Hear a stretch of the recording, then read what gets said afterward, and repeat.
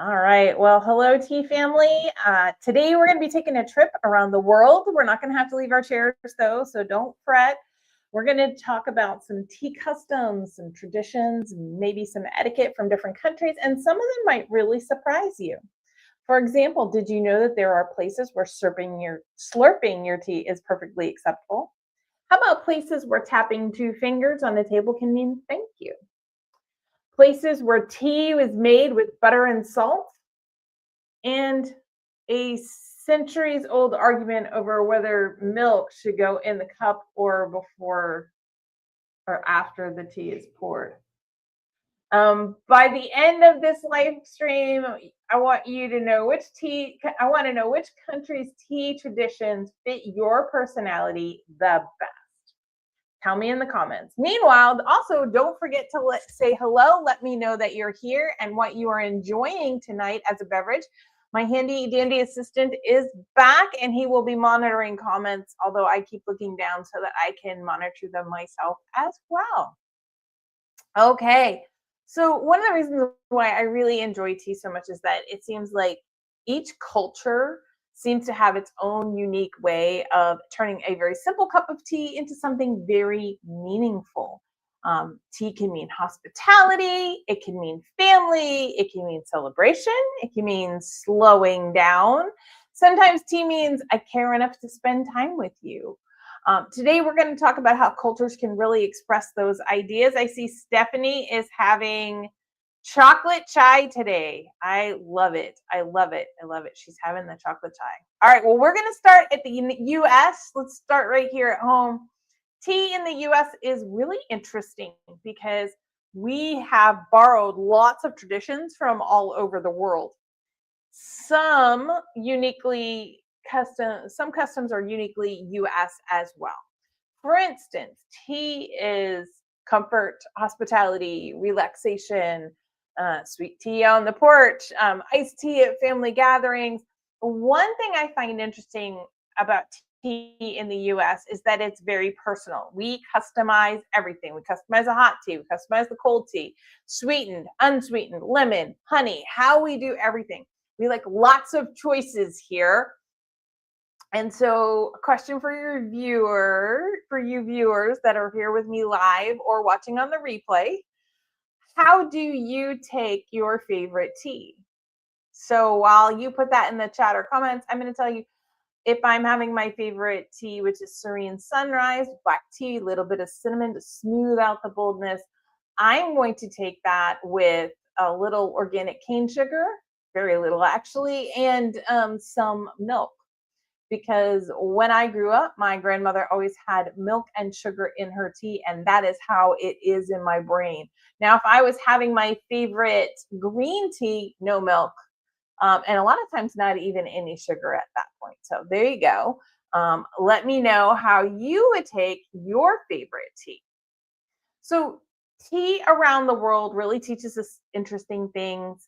I don't want to say that any one place is right or wrong. It's all a matter of like what your preference is. So let's move to the Great Britain and more specifically to England. It's one of the most famous tea cultures in the entire world. England and afternoon tea are a definite thing. We automatically reflect back on that. So here's the question that has caused an entire debate for generations at this point. Do you put the milk in first or do you put the tea in first? Stephanie likes cane sugar, maybe a little extra shake of cinnamon. She's also added lavender and rose petals to green tea. See? And that's what it is. It's always something different. So traditionally in Great Britain, because of the bone china, they would put the milk in first so the heat from the boiling tea would not crack that really delicate porcelain. However, as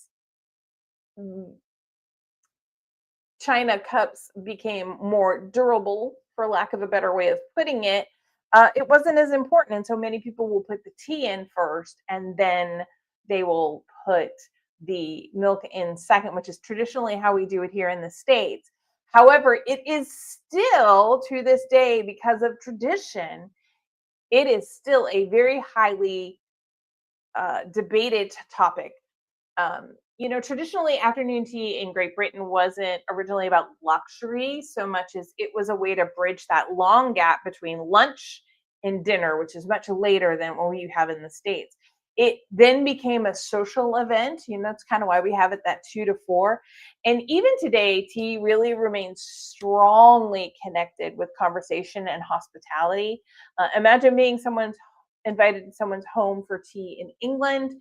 The tea matters. But the company is going to matter more. So, which would you rather have? A fancy tea at a historic hotel or a teen conversation in someone's cozy kitchen? I think either is a great choice, but I'm interested to see what you would choose. Okay, so let's go from Great Britain to Morocco. We're going to travel someplace completely different. Moroccan tea culture is beautiful because the tea often symbolizes itself hospitality. Guests are welcomed with tea. Friends share the tea. Families gather around tea. It is one of the most recognizable customs.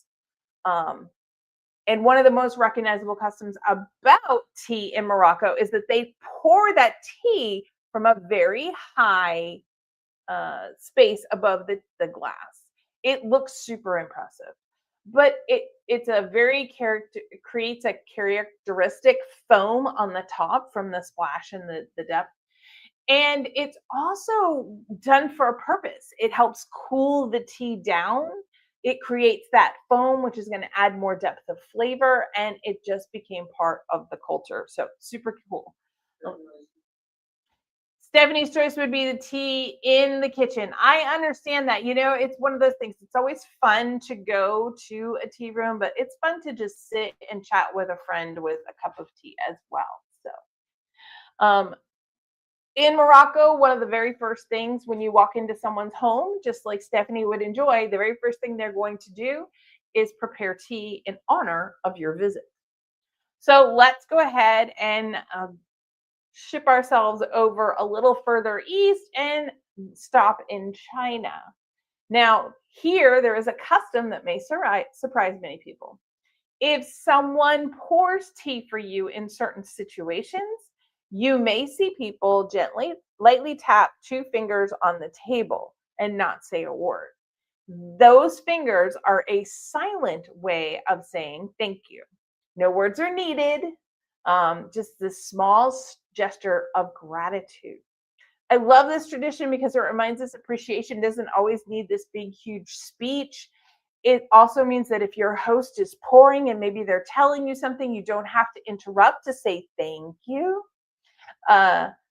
Sometimes this tiny gesture can just mean so much without having to confuse it or interrupt. So there you go. All right. We're going to head out a little further away and talk about Japan. Japan's tea traditions often emphasize mindfulness and respect. The tea ceremony isn't simply about drinking and enjoying the tea. It is also about being fully present. Every movement has a purpose. Every action has meaning. They set aside all distractions during this time. There's no notifications. There's no rushing. There's just a few quiet moments with tea. I wonder what would happen if more of us spent some time thinking like that, having that time carved out completely with our cup of tea and literally shut out any and all distractions and just focus on being present in the moment. So here's the thing. Think about it for yourself. You don't have to put this one in the chat or comments, but you're welcome to. When's the last time you sat down to a cup of tea without multitasking? I don't know that I could answer that question because I feel like I'm always multitasking. I'm enjoying my tea. I'm enjoying my breakfast. I'm enjoying my tea. I'm working. I'm enjoying my tea. I might be creating a tea. I don't know. There's always something else going on. And when I was preparing this, I figured I'd ask that question because I'm really just as guilty myself of multitasking with when drinking my tea instead of really being present in the moment like I want to be. Okay. Which tea culture that I've mentioned so far sounds the most like you? US, creative and independent. England, social and traditional and tradition loving, we'll say maybe. Morocco, welcoming and relationship focused. China, appreciative and thoughtful. Japan, calm and mindful. Put your country in the chat or the comments. I'm interested to see which one you think sounds most like you. Again, US, creative and independent. England, social and tradition loving. Morocco, super welcoming, very relationship focused. China, appreciative, thoughtful, thankful, and Japan, calm and really mindful, really present in that moment without distraction. I'm really interested to see. And remember, we just talked about those distractions. There you go. Those are the distractions that we're talking about. Okay. Stop number 6 for us, if I've counted correctly, is India. India often brings teas where people come together. Tea stalls become very gathering places. Friends meet over tea. Strangers become acquaintances over tea. Conversations happen. Ideas happen. Sometimes we think tea is about the drink, but this is one of those cultures that remind us that tea is really about people. In fact, some cultures don't even see tea as a beverage. They see it as a reason to gather together. So something unique about India is that many have their own masala chai blends, and each family would often have its own blend that's just very unique to them. So just something a little fun. Okay, so let's head over to Turkey. Tea is deeply woven into daily life. Offering tea is often part of hospitality and conversation. Tea is absolutely shared during business meetings. It is shared among friends. It is shared among family. It is the bridge between people. And honestly, that's one of the things I really enjoy most about tea is connecting with other people and having conversations that you wouldn't ordinarily have. So if we slip over a little bit further, how about Tibet? Now, for the tea that surprises almost everyone, butter tea. Yes, tea made with butter and salt. Would you try it? Type yes or no in the comments. Would you try it? Stephanie says she needs a Stephanie masala. I understand. I understand. I love it. The problem comes is what happens if you go over someone else's house and you like their blend better than you like your parents' blend as a child or your spouse's blend or the family blend? Like, do you even share that? I don't know, because so many of these recipes are passed from generation to generation. Interesting. Um, But a butter tea, would you try it? Yes or no? Put it in the chat or the comments. I see a couple of no's here. I see more than one no. This is it. I know. People hear it. It sounds strange to our brains, but it was actually developed in Tibet for very practical reasons, and then it became part of the culture, as happens very frequently. It's a reminder that tea traditions often evolve on local needs and local ingredients. So, what happened is Tibet, with the altitude, they needed that extra fat. And then, of course, the salt is just going to bring it out more. And it became part of how they could deal with altitude and different things. And so then it became tradition. More on this later. I'm literally putting together kind of a tea around the world, one of my live streams. Probably won't be this month, but definitely in July. I think we might be doing that. And I want to leave some secrets about Tibet and the butter tea for that live stream. What? If it's a spouse's better, you better. If it's the spouse's blend, you better say it's your favorite. I agree. You don't want you want harmony in the home. The only problem is Rich has to be separate from that, because if he doesn't like it, I need to know. It's one of those things that's like, don't tell me. Like, I could never ask my mom if she liked something. If I was creating a tea blend with her around, she'd be like, that's delicious. even if it really wasn't delicious, because she always wanted to encourage me that way.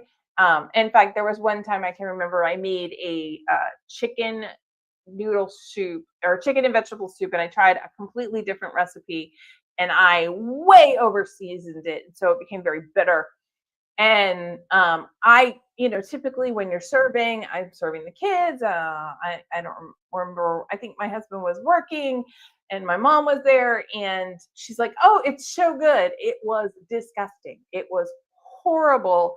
And my kids immediately started making faces, and of course, then I serve up my bowl and I try, and I'm like, "Mom, that was terrible." She's like, "Well, yes, but I didn't want to hurt your feelings and have you not experiment again." I was like, "Okay, well, first we're going to throw this out and I'll make something else for dinner." But that's why you have to she would do really well in India, not sharing that their chai was better than another chai, but like that's why you sometimes you need that honest person too. All right. So, how about something a little bit for fun? For centuries, people have used tea leaves for fortune telling and things like that. So imagine you're finishing your cup, you're turning it upside down, you're looking for symbols in the leaves. Have you ever tried that? Have you ever tried tea leading, or is it a little too mysterious? I have to say, as a child, I had tried this, and I would look and I never saw the symbols that everybody else saw. I was like, yeah, it looks like tea leaves. I don't know. So I just not my thing, I guess. But I didn't know if you tried it, or was it too mysterious for you? Okay. The biggest etiquette mistakes that travelers can make with regard to tea. Let's see how many of these surprise you. Assuming, number one, assuming every country drinks tea the same way. Not true. We've talked about this before. Pinkies aren't up, but like which fingers you use, is there a handle, how you hold it, who drinks the first cup. They're all different depending on where you are. Number two, refusing hospitality too quickly. In some cultures, you can't refuse that third cup of tea, even if you're completely full, because it's considered extremely rude. Whereas in other cultures, you should refuse it, because if you're not going to drink it, then it's rude too. You don't want to refuse that hospitality, especially if it's part of their culture. Not paying, which leads us to number three, not paying attention to what some of the local customs are. So if some of the local customs are to be completely mindful, like in Japan at the tea ceremony, and your phone starts going off in the middle of a live stream or whatever, or you start, oh, let me think about this, that's disrespectful. Not saying thank you in China, either verbally or with your fingers. Forgetting that tea often represents that more than just a beverage. It is the reason why people gather. It is why people gather. It can represent friendship and respect and gratitude and welcome and things like that. And those are really, really important things to remember. Okay, I understand we have some comments. She's okay. Stephanie's not tried that one. That's not her thing either. I get it. She's not tried the tea leaves. It was fun. Okay, it's fun to see if I can see shapes in it. I don't think that the shapes that I see in the tea are really going to tell me what's going to happen in the future. But every once in a while, it's fun to see if there are actually shapes that I can recognize. But it's all good. It's all good. But today we've just taken this time, we've kind of traveled around the world where all the customs were different and traditions were different, the etiquette could be different. One thing remained the same, and that is people using tea to connect. People enjoying the simplicity or complexity of just tea. All right, excuse me. Talking too much. I am at water at this point. It's very humid and very hot where I am. As you can tell from the background, still not home in Kansas yet, but soon, hopefully. But tease how people can connect with each other, how they can connect with the stories. I've been doing a little bit more of that lately for obvious reasons, looking through old pictures and talking about connecting, and like this is how you know, here's a picture of my grandmother that really got me to drink tea, you know, and what that meant and different things like that. That kind of connection through generations, through people, that is one of the things that is once so wonderful. Connective tea, a new brand name. There you go. There you go. Connectivity. Okay, so it's late for me, but yeah. But tea can welcome guests into your home. Usually the first few times. So my rule is you come to my house the first time, you're completely the guest. The second time, you're somewhat the guest. Not quite as formal. By the time you come to my house the third time, you're basically family at this point. So it's more like there's tea over there. I'm not necessarily going to always offer it as much because I'm like, it's a matter of pick which tea you want, which can be fun when you come to my house specifically, or someone who has a wide variety of teas, because then there's so many more to choose from, including experiments. But comfort, I have to say that there was something very comforting when I came here to Georgia, and I had some tea, and I had it in a china cup that that, you know, has always been kind of my favorite set of china since I was a tiny one. There's something about that. There's something about enjoying the same tea that your grandmother, your great grandmother, you know, another relative. So there was something comforting in that. And there was also celebration. You know, so many times I love making and creating mocktails and different fun drinks to celebrate different things with people. And the mocktails typically are really popular from the fact that they're tea based. So there's that tea connection in there. But even for people who are not partial to tea, there's other flavors, and they typically will enjoy those mocktails. So it's a way we can kind of all enjoy it together and have something fun to celebrate. We are working on a very special 4th of July mocktail, but I actually have to get back to Kansas where I have some of the ingredients that I need that I wanted to add into that. But that is coming. I am going to have a special kind of 4th of July mocktail that I will announce soon, but it's one of those things. And that's maybe why the connection and the relationships that get built around tea is why it has survived for thousands of years. So before we go, it's your turn to tell me which country's tea tradition would you most like to experience in person? And did any of today's tea customs kind of completely surprise you? I really want to hear what you have to say. I have to say I had heard of butter tea more than that. I haven't tried it yet. However, for the people that are completely like butter in tea, I want you to think about something. If you cook, you'll know that there's always substitutes, right? And one of the substitutes, if you have regular milk and you needed heavy cream, they will say take that milk and melt like a tablespoon of butter into it to add to the fat content. And that is a completely acceptable thing. So if you think about it, it is not that far away from